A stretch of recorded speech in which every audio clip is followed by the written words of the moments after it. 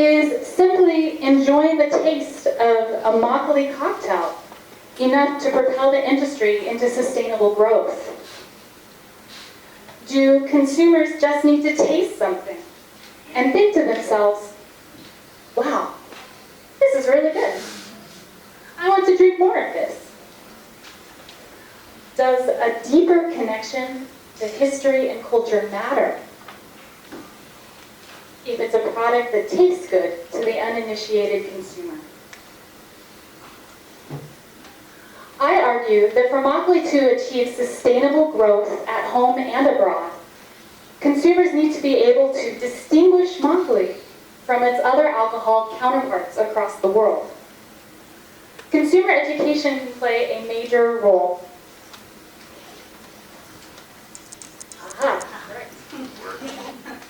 Consumer education can play a major role, teaching about its roots, its stories, and its complications that set it apart from other products in the marketplace. Another important component is in brewers producing traditional Korean alcohol that is authentic and full of integrity.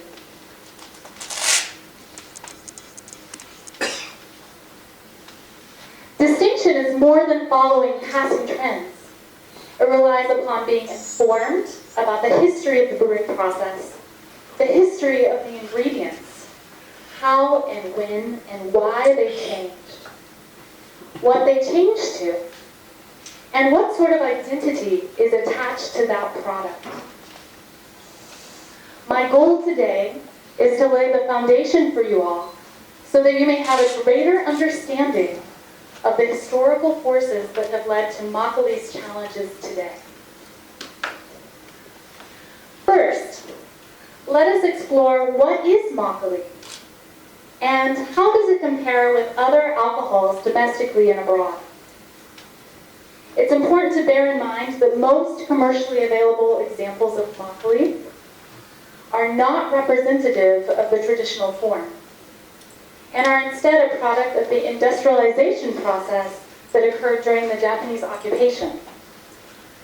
Production cost, flavor consistency, shelf life, and distribution have been the guiding principles of makgeolli's modernization, resulting in a very different beverage from the examples of yore. Makgeolli is a fermented alcoholic beverage made from rice, water, and a unique fermentation starter called nuruk. Its name is derived from mak, which means rough, and golli, which means filtered. Makgeolli is unfiltered and is characterized by a sedimentary layer from which it gets its technical legal designation, which is takju. Makgeolli is typically served fresh or unpasteurized, though it is often pasteurized for the sake of shelf life and shipping purposes. The pasteurization of makgeolli kills off the live cultures in the brew and can dramatically weaken the flavor derived from live fermentation of yeast, lactic acid bacteria, and the enzymes found in the typically wheat or rice-based complex called nuruk. The region where the nuruk is made and the unique local components of molds, yeast, and bacteria can profoundly affect the flavor of the resulting brew. Makgeolli is just one component of a given recipe yield. When you first filter a brew, you have what is called wanju. Now, if you look at the top layer, if you allow that wanju to settle in the fridge, it'll settle into two layers. And if you look at the top layer, you'll see cheongju, which is clear yellow rice wine. And in the bottom, you have what is called takju. That's the rice sediment. If you add water to that, that's how you get makgeolli. Now you can see in today's tasting examples that there are examples of wanju, which is usually a higher alcohol beverage. In today's tasting, it's, I think, around 14%.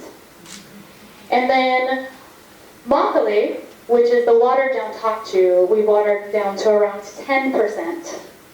And the chungju has been provided by Midam Brewery, and I'm unsure of the percentage. You know, Julia? I'm not sure. Kimberly might know. You'll find out later. So, most historical recipes were made with the purpose of deriving chungju. Now, chungju was reserved for the yangban, or aristocracy.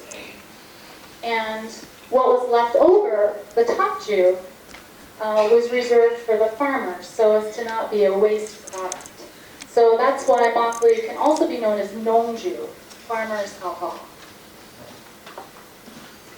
Prior to the 20th century, there were no breweries on the Korean peninsula, and alcohol could be bought at primarily jumak, or taverns. However, when Japan obtained unlimited control over Korea in 1910, everything began to change for Korea's brewing culture, as Japan made a more rigorous effort to control agriculture. In 1918, rice shortages in major Japanese cities, and the resulting riots, these are called the rice riots, led to a policy by the Japanese government that the empire be self-sufficient in food production. As a result, in 1919, the Japanese colonial administration introduced a modern alcohol taxation system called the Joseon. Before Joseon was introduced, there were roughly 200,000 brewers on the Korean peninsula in the form of jumak, or talents. After Joseon was implemented, the number of jumak was reduced down to 0. The Japanese administration permitted only one brewing license per area, and competition for those licenses was fierce among Korean citizens of privilege and connections. To be known as a son of Yangjodang, or brewery, was to be known as a person of wealth and means. The centralization of brewing made the alcohol business very profitable for those lucky enough to attain the position. In fact, the alcohol business was so lucrative that alcohol made up a full 1/3 of tax revenue for the Japanese colonial administration. Thus, similar to Western countries, alcohol became an important core of the taxation system. That legacy of Joseon lives on today, practically unchanged. When the breweries were centralized, the use of nuruk, Korea's traditional fermentation starter, fell out of favor as brewers switched over to the Japanese fermentation starter used in sake, called koji. Koji is known as ikkuk in Korea. Commercial brewers at the time felt that koji was a simpler and more reliable fermentation starter for alcohol making. Koji differs from nuruk in that it is host to a single type of mold, known as Aspergillus oryzae, whereas nuruk is host to a whole complement of molds and microorganisms. Aspergillus oryzae included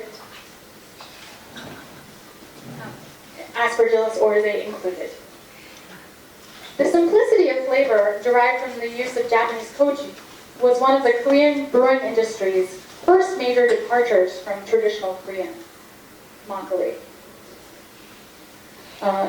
As nuruk is so complex, it begets a really complex flavor. In sake tasting, there is a much simpler, very pointed flavor that is achieved. So, Additionally, a rich pantheon of traditional recipes passed down from generation to generation fell by the wayside as brewers transitioned to recipes geared towards the use of koji as a fermentation starter. This precipitated the decline of regional alcohols in terms of cultural knowledge and active brewing practices. Furthermore, the Grain Management Act of 1964 put an end to rice-based brewing practices as Korea coped with chronic famines due to the Korean War, agricultural shortages, and grain rationing. Brewers were forced to experiment with all kinds of available starches, including wheat, corn, and sweet potato, to mixed results. Around that time, Makgeolli began to lose ground in the marketplace to soju, as consumers lost faith in its once familiar character. The replacement of conventional crops with hybridized rice eventually made it possible for brewers to return to rice-based makgeolli. However, tastes were beginning to change as consumers found favor with sweetened and progressively weaker soju. In order for makgeolli to find its footing in the marketplace once again, brewers introduced sweetener.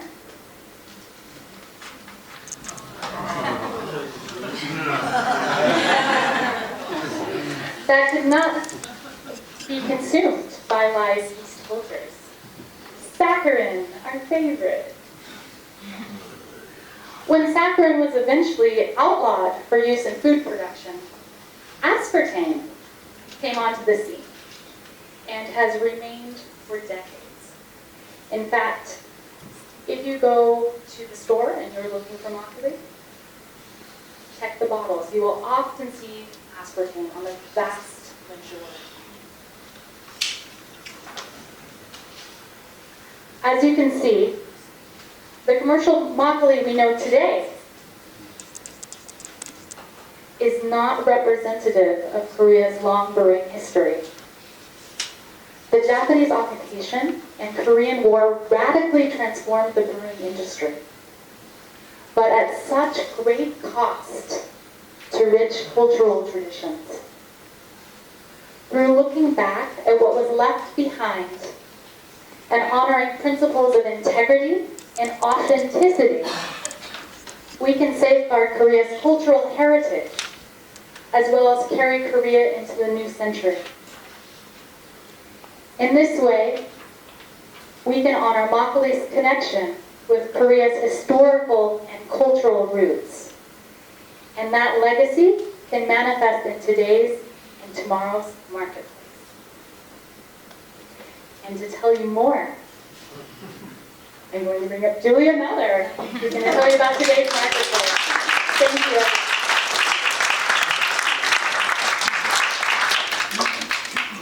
Thank you very much, Becca. That was an excellent introduction to where we are today. This is basically my job to tell you. The historical disconnects that Becca has gone through has basically set us up to what the makgeolli industry is today. And we've heard terrible stories. We've heard about rice shortages and occupation, centralization, all of these real struggles that makgeolli has had over the past 100, 110 years. However, there was one moment in time that had a glimmer of hope. It was something a little bit positive that had everybody talking. And just like many things in Korea, it got its own buzzword.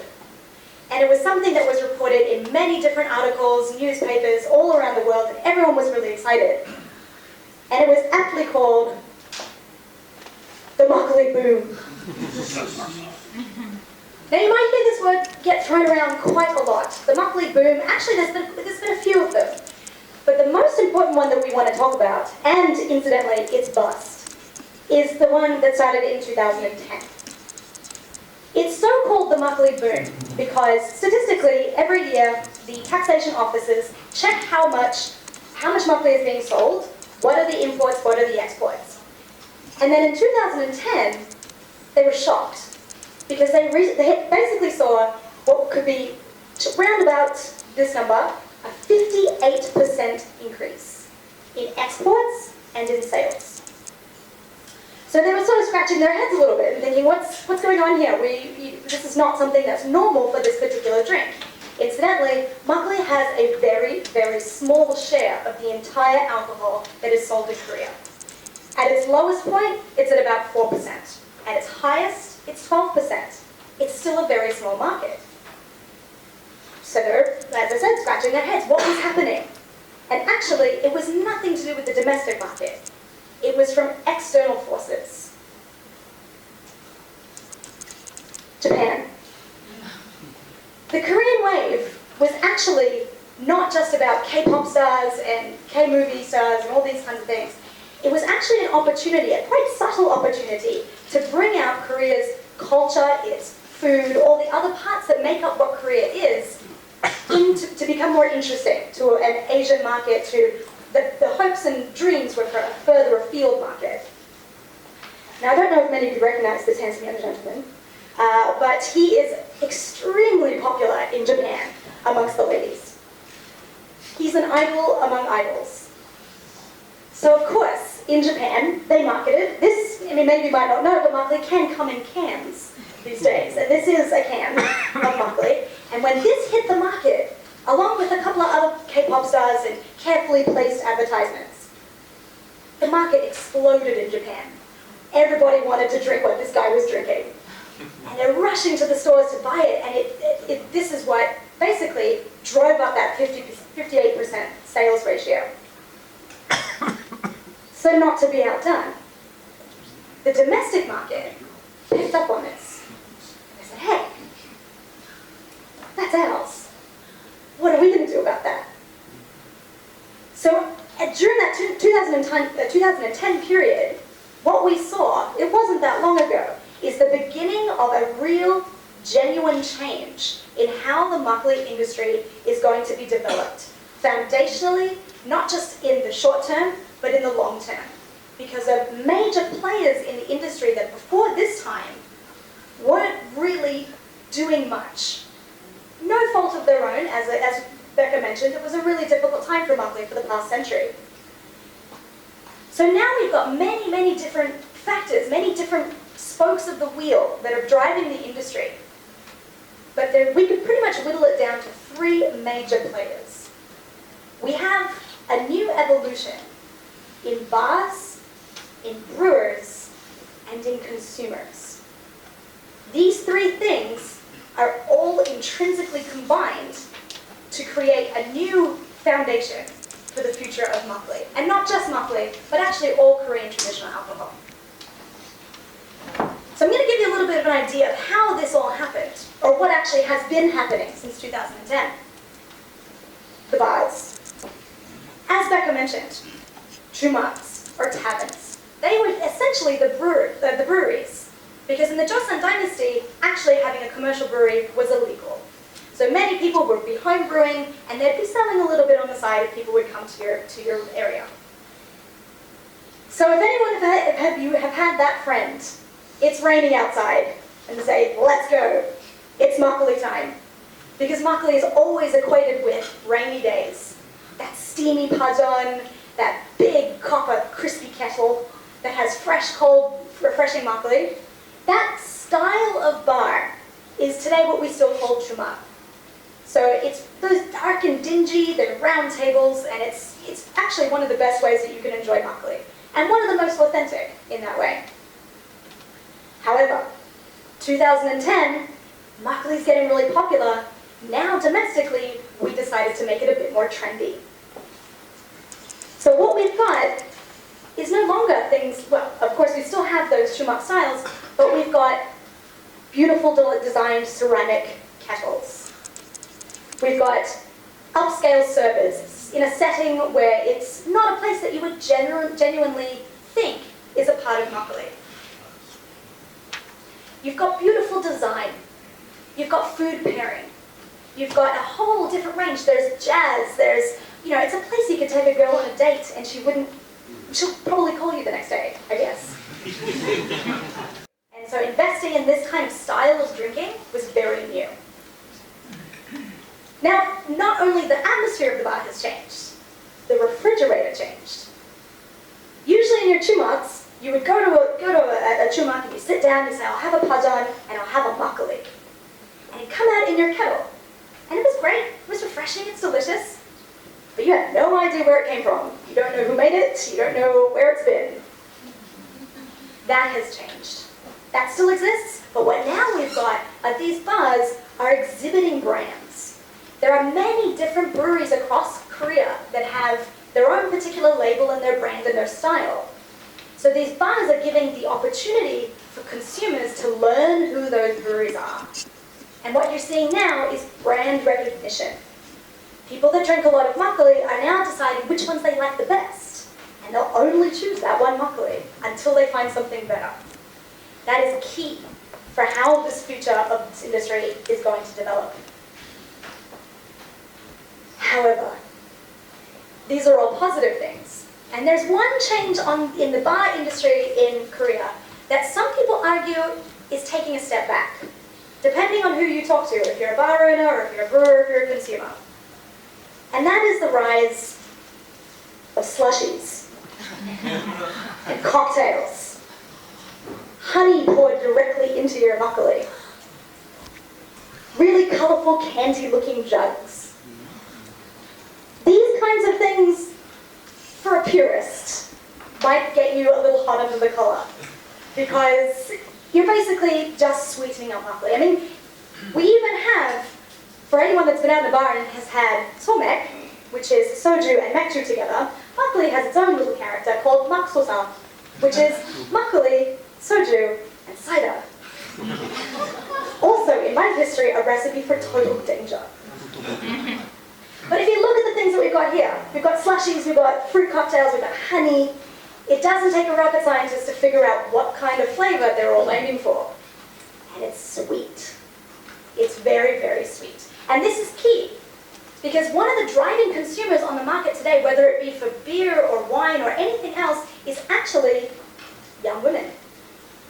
And for many young women, the taste of a really strong alcohol like makgeolli, that is, or other different styles of makgeolli, can be a bit confronting. So bar owners have come up with these special trendy ways to try and get people into the door and to be drinking their product. So as I said, you've got two sides of the fence here. The people that say, this is a great idea. Well, first are bar owners making a buck. But number two are people in the industry that are saying, hey guys, makgeolli is still such a small percentage of the market. It doesn't matter that they're drinking something that you might not like, they're still drinking makgeolli. And then of course on the other side you say, you know what, that's great, but you know what, our industry isn't even solidified yet. We're not focusing on what makgeolli is. We're skipping to the trends and hoping to make money and get it a bit more popular. Whichever side of the fence you're on, it's a complex issue. However, if you're on the side of the fence that thinks that these colorful items are doom and gloom for the industry, there is much better news for brewers. This is probably one of the most key developments in the industry. These people here are by no means all of the brewers. There's lots of different brewers in Korea. But these are some of the small batch artisans that are taking the time to learn the skill, research the process, experiment, really put their heart and soul into a drink that is creating something totally different to the makgeolli that you have experienced. For one, they use better quality ingredients. They're using a lot more rice, different variations of rice. They're using nuruk. All of them will use nuruk, because that was the traditional yeast starter of Korea's fermentation process. And they also don't water it down as much as, say, your regular makgeolli. So the ABV is quite high. It can be anywhere between 10%, and we've seen one for 19%. Careful with that one. It's a different experience. It presents its own challenges in itself. People think, makgeolli is that cheap drink. It's that one that gave me that terrible hangover that time. It's from the store, I don't want to drink that. But then you've got these people that actually are, a lot of them are, they're corporate people. They quit their jobs as lawyers and bankers and said, you know what, I don't want to be a part of the rat race, I want to really create something with my hands. And they did, and it's amazing. But that jump, that theoretical jump from a product that can be found at corner stores and costs $1.20 compared to something like this, which has multiple levels of fermentation, which costs something like 20,000 won. There's no middle ground. So one of the challenges of these brewers is how do we get the consumer in the door to really appreciate all of the sacrifices that they're actually making in order to promote and revive a tradition that, due to many, many parts of the history that was out of their control, has gotten away from them. But there's one more. The bar owners are doing their best. The brewers are sacrificing and doing everything that they can. But there's one more factor that, quite frankly, without, me and Becca would be out of a job. And it's the consumers. You can do all these things, you can brew really well, and you can have a fantastic product, and you can have a beautiful bar, but if you can't get people to come in and drink your product, where are you? So for consumers, a lot of things are changing, or are beginning to change. It's a really important thing to think about is Makgeolli is a domestic product, and the vast majority of people drinking it are Korean people. So who is the Korean alcohol consumer? Quite frankly, only until very recently, many Korean people drink alcohol for a means to an end. It hasn't really been enjoyed as a beverage or something to be enjoyed. In really bad times of stress, or even the happiest times, you'll go to dinner and your table will be awash with soju bottles. Been there, it's been great. And it's great, it's still a great time. But really, that hand-to-mouth kind of drinking style has inhibited, it's so ingrained in the psyche that this is alcohol, this is what we should be enjoying as alcohol, presents a real challenge for people that would like to upgrade their drinking style and pay a higher price. Again, this is all tied into how the consumer makes that jump from a product that they've known for so long to be a cheap drink, to something that is of more quality and something that can be respected amongst its alcohol peers. There are changes though.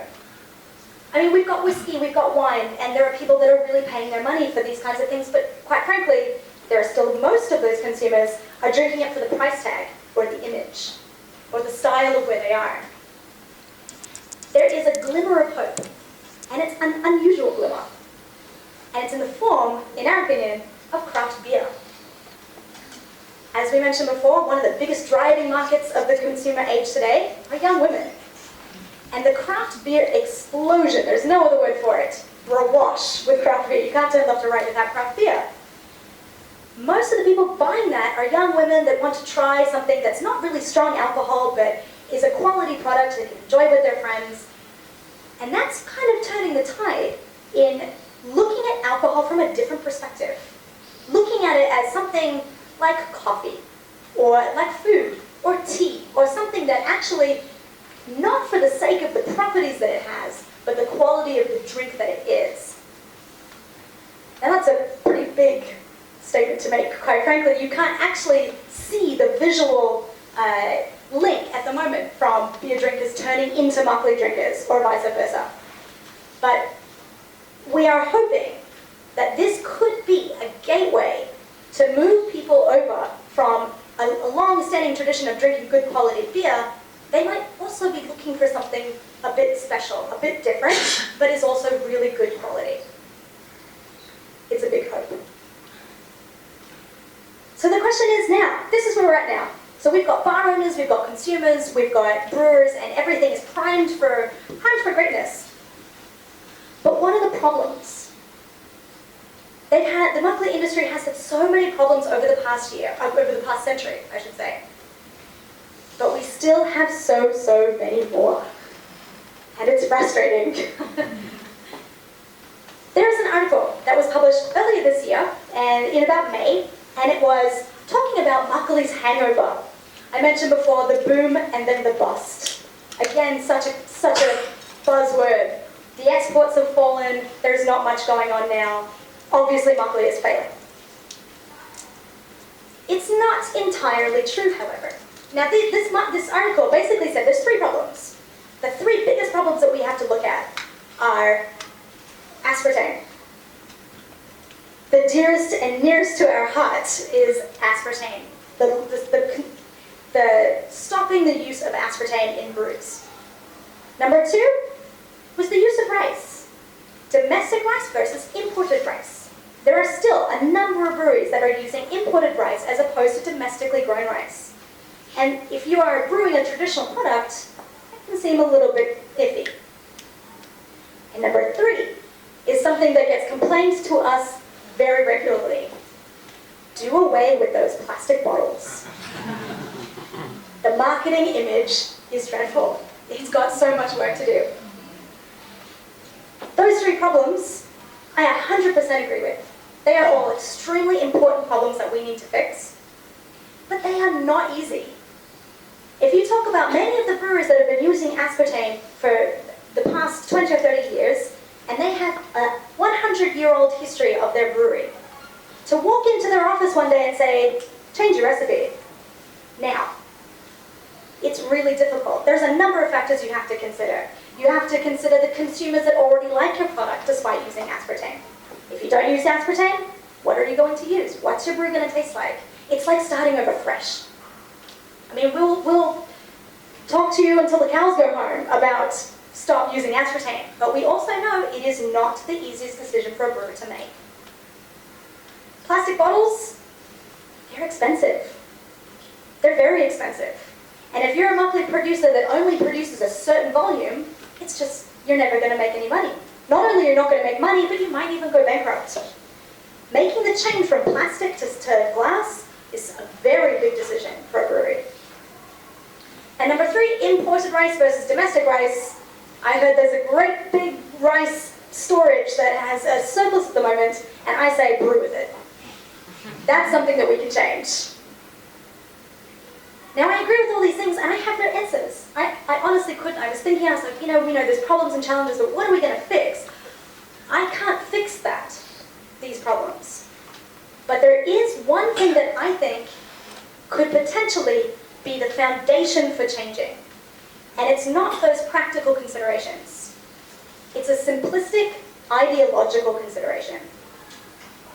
It is a return to 3 things. Quality,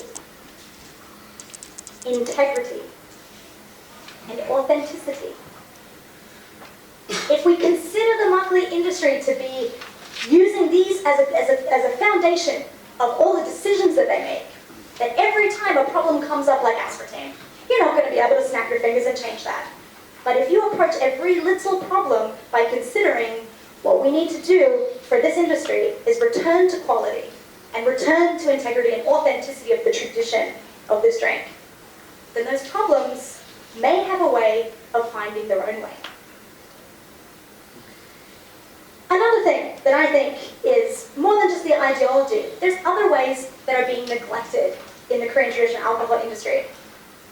Today we're talking about Makgeolli, but there's 2 others that are just as important, and that is Cheongju and Soju. It is extremely rare in the world's alcohol list to find 3 separate kinds of alcohol that are fatally intertwined with each other. If you want to make soju, you need to make Cheongju.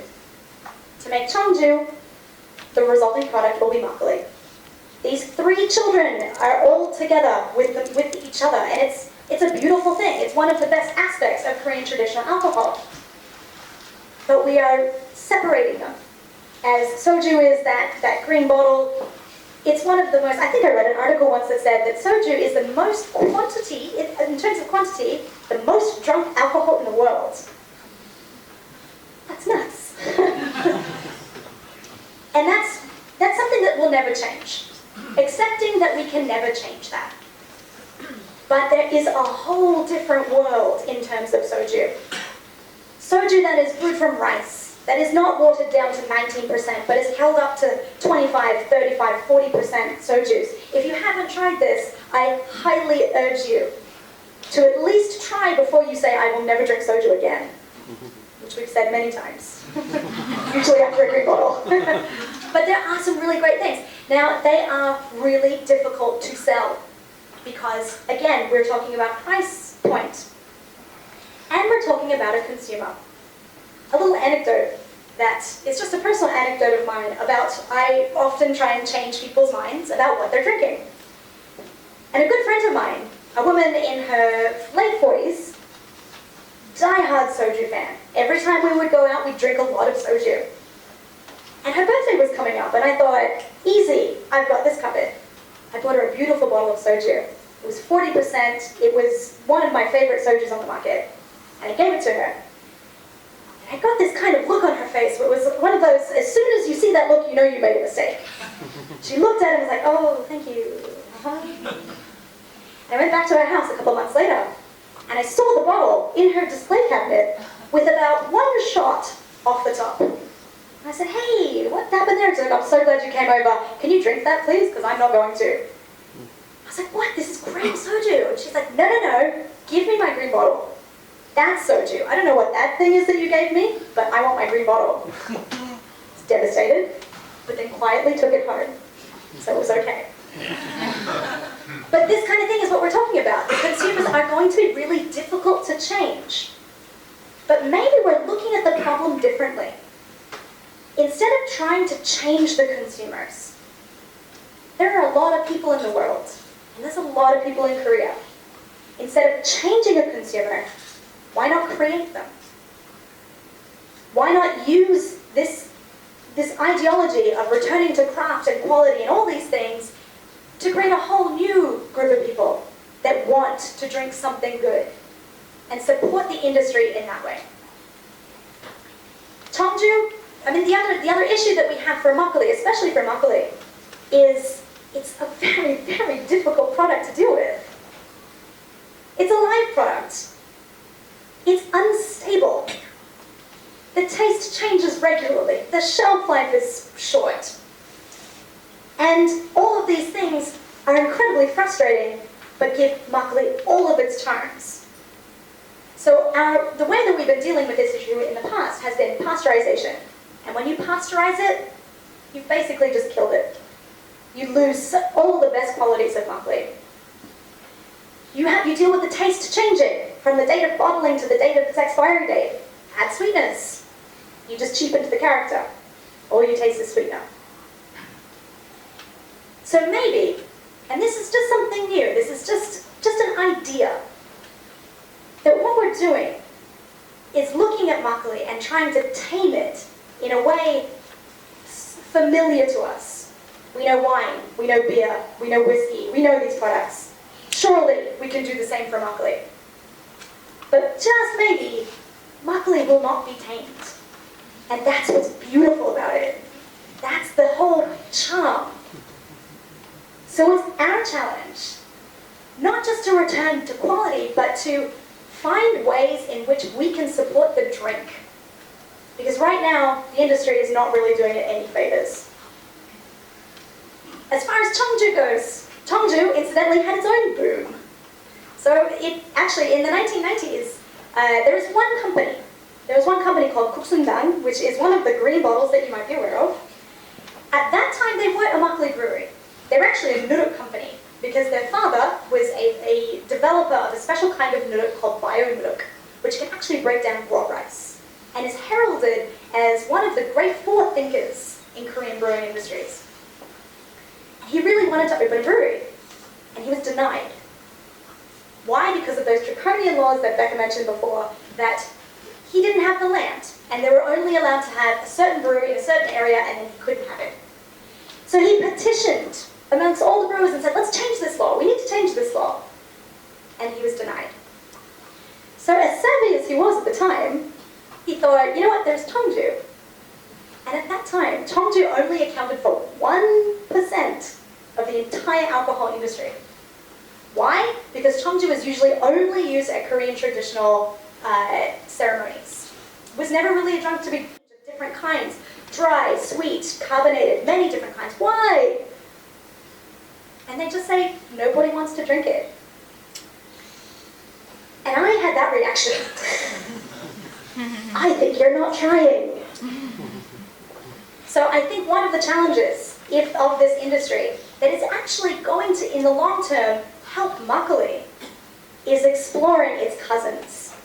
Exploring the basic foundations of the Korean alcohol genre that it's just waiting there. There's so much potential. They're just waiting to be developed and to be consumed and to be exported and to be enjoyed. So I guess I've talked a lot of stories, both good and bad. But I want to leave on a message of hope and inspiration. The Makgeolli industry is an ancient industry, but in so many ways it's completely brand new. It's being reinvented. Through no fault of its own, for the difficult times that it's had over the past 100 years, it is trying something new. And there's mistakes. We're making lots of mistakes. But that's what we have to do to figure out what is the pathway that this alcohol can have in the future. So I actually have a request. Even if you tell one person, just one person, anything about what you learned tonight, about Korean traditional alcohol, even if you go to a bar and just ask, what have you got? What's new? What's different? Then that message can spread. And a new consumer base might actually be possible enough to make the industry respond and turn away from these trendy image about promotions and sales and exports and numbers. It's not a popularity contest. In fact, the Makgeolli industry has a long way to go. And that's okay. Because anything worth doing is worth taking the time. But it starts now. It starts very small. And I think that with everybody's help, and all of you people who are here tonight, we can get it done. So, without further ado, actually, there's one more aspect about the Korean traditional alcohol industry. I mentioned the brewers. And you might think, where did they learn that? They quit their jobs as bankers and said, I'm going to be a Makgeolli brewer. How do you figure that out? There are actually a number of educational institutions across Korea that are teaching all of the recipe techniques. They're teaching dug-up recipes from long ago and also giving people a foundation of creating their own recipes. One of those academies, so to speak, we have a graduate, actually, from one of those academies today, and she is going to come up and she's going to introduce... it didn't load. She's going to introduce her own perspective in terms of brewing. And also today, she actually has just come back from a place in Hongchang and visiting one of the brewers, and the brewer has kindly donated some of her product for your tasting this evening. So I'm just going to hand over to Kimberly, and she's going to give you a little bit of a background on her brewing and the tasting that we're having tonight. So thank you very much.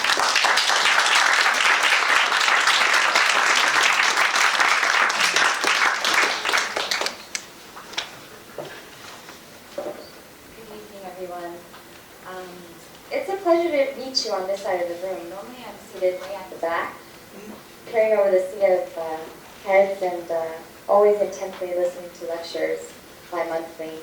I've been a RAS member for about 5 years. My name is Kimberly Buxton. 한국 이름은 김보라이고요. And it is my honor and privilege to speak on behalf of my cooperative of brewers. Pardon me, I'm suffering from jet lag. I got in on Sunday night at midnight after a 20-hour flight from New York. And today I spent a full day with my members helping our mentor to brew. And we rushed up here to reach you because, again, it is an honor to share why we have convened, and we are dedicated to reviving this authentic beautiful tradition and craft. Again, Chaju is a cooperative of dedicated brewers who are guided by 3 core values as we encounter the vast world of Cheongju, traditional Korean alcohol.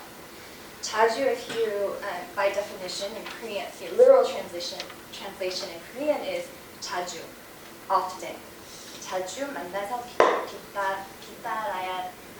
빚어야 된다는 의미로, so meet as often as possible to engage in the brewing practice as a daily ritual. We convene daily at our atelier to brew. The second value is 자연이 주인이다.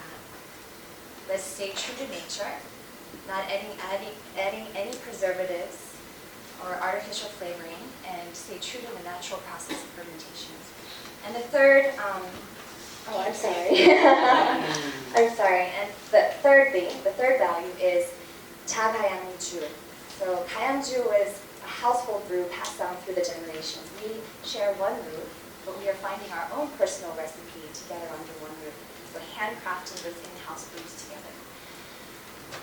These are my wonderful cooperative members.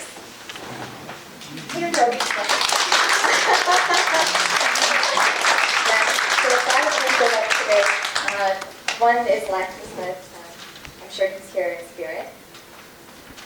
The cooperative shares a passion to revive and reinterpret what has become a neglected tradition, both in its craft and consumption, by researching classical texts dating nearly half a millennium, and also developing new technological capacity for on-site brewing for the contemporary times. We also have a researcher who's getting his doctorate, I think at UC Irvine, Tom.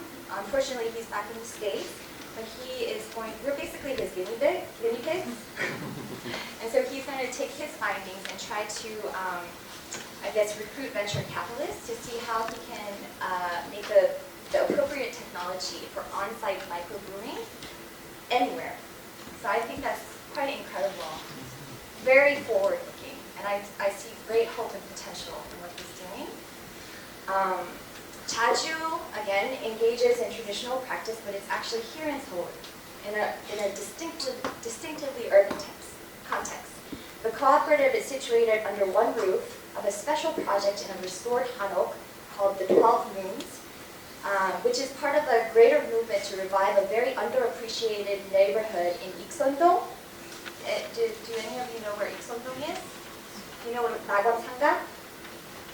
So before it was kind of a shanty town, kind of a red light district, and kind of outliers hung out there.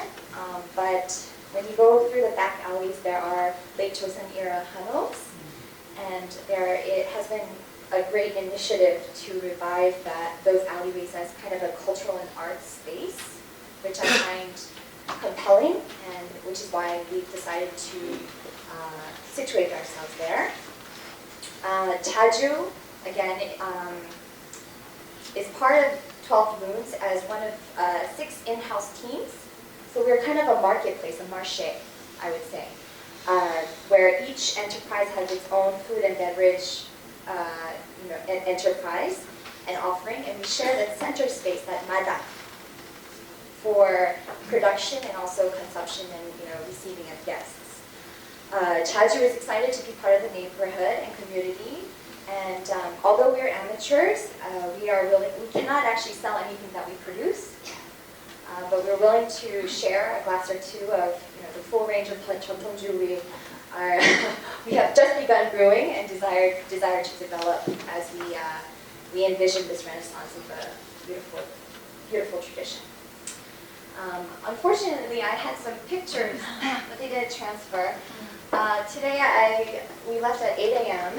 and spent the entire day in Hongcheon, just assisting in one step of a 3-step fermentation brew by our personal mentor, Jomidam. I think her brew reflects the caliber of quality and craftsmanship that we aspire for, and we are humbled and honored to have her as our mentor to guide us as we embark on this journey and challenge. She has kindly offered her own Cheongju wine for this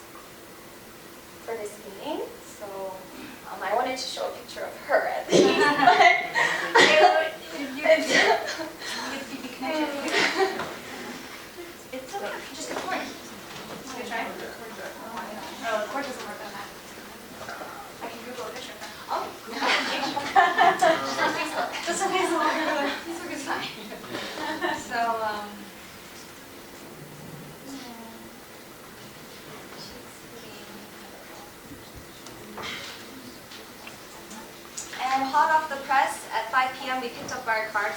I can't say they're business cards, but our cards for our cooperative. Actually, in fact, when I was contacted by Julia and Becca, to share this stage, we started preparing a brew for you. It's a jalopju, so it's a brew that we hope to develop as a brand. We're calling it berry injection, berimachi. Unfortunately, because of the drop in temperature, the fermentation process has been slowed, so it will be ready by the weekend. If you pick up this card, we will give you on site, in exchange, a bottle of that brew that we prepared for you. We would be honored to have you, and we will welcome you to our panel. Becca also has brews for today, so why don't we introduce the brews, and we'll find a picture of Tomidam, and you can view her while you drink. Thank you so much, Kimberly.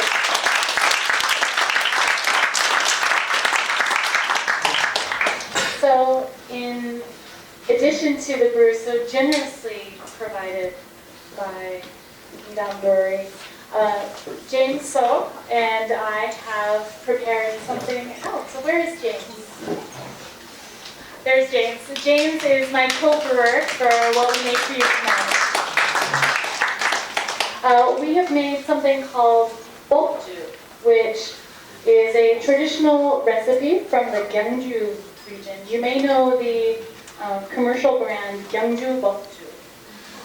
What we have provided tonight, you'll find taste quite different than the commercial brew, and because it's made with the traditional recipe. So you'll find there is a wanju, which is the kakju, the rice sediment, and the chungju, the clear rice wine mixed together. It's undiluted, about 14%.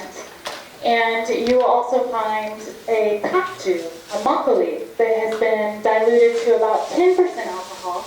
And then there are a few bottles of chungju. So that chungju and the kakju and the wanju all come from the same recipe. I wanted to show you how the same source can beget 3 different wonderful alcohols in the same family. And then also, James has provided a brew from the Makgeolli Festival that happened this last October.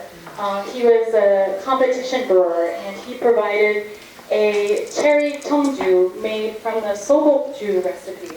And it is dry and lovely and has a wonderful color. So anyway, I hope that you all enjoyed tonight, the tasting, and thank you so much for coming.